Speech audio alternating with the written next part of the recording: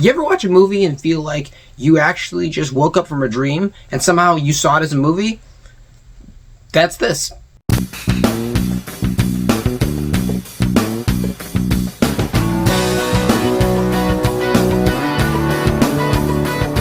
Poor Things was directed by Yorgos Lanthimos, and it stars Emma Stone, Willem Dafoe, and Mark Ruffalo. In here, we're told the twisted story of a scientist who decides to bring his own woman to life by creating her in a lab.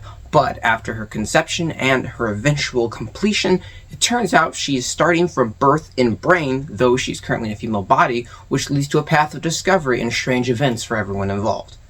Even with that description I just gave you, it does absolutely no justice to Poor Things. I'm telling you pretty much what I got when I was watching the trailers and from reading IMDb and things like that before going in, because I went in kind of blind like that, saw the movie, and got slapped in the face with what it really was, and was just sitting in the theater the whole time like, hey, whoa, because that's this kind of movie. This movie is, and you're going to hear this a lot, it's a weird movie. It's genuinely just weird. And here's the crazy part about this movie: for all its strangeness and weirdness and distortedness and surrealness and everything like that, hyper realistic things and camera choices and writing and cinematography, everything involved in it, the set design, it somehow makes it appealing. And I really respect this movie. This movie has some balls, and it takes chances, and it does something that's completely outlandish and completely out there. It's just absolutely and utterly insane, and sometimes a little bit uncomfortable.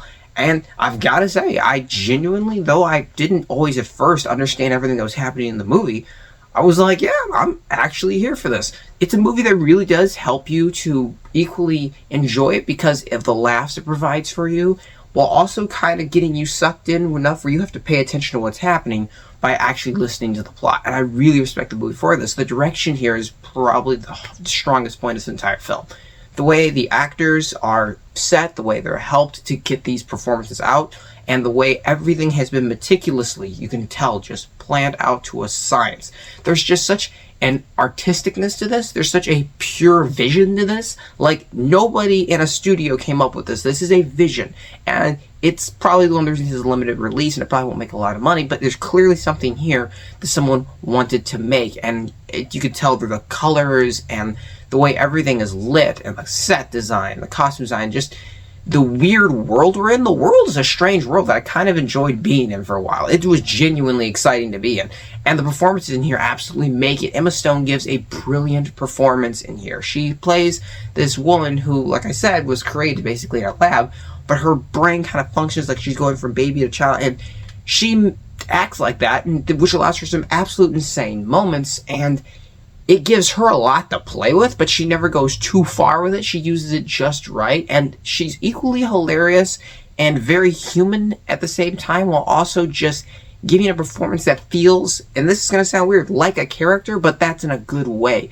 And I guarantee you she's going to get a lot of attention for this come around Oscar season. Mark Ruffalo, it's so great to have him back. This man gives a brilliant performance in here. He's just genuinely at some of his best that I think I've seen since maybe when he was in Spotlight. Like, that was maybe the last time I saw Mark Ruffalo at this level. And even then, I still think this might even be a better performance. He's genuinely comedically genius.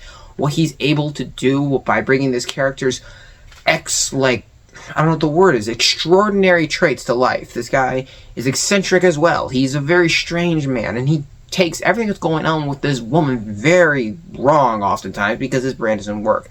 This movie has some absolutely fantastic choices from start to finish. I will say, I think the movie at some point gets a little too full of itself for its own good, where it starts going too crazy in its own directions. I know there's a book that uses source material, so maybe there's things missing out of that, but it definitely does affect it at a few points, particularly in the middle of the second act, I'd say.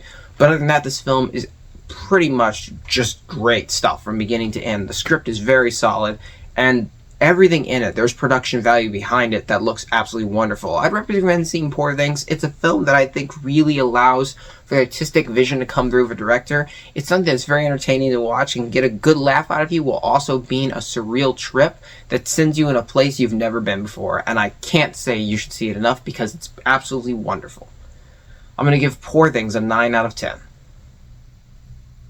Thank you guys so much for watching. I appreciate you, and I'll see you all next time.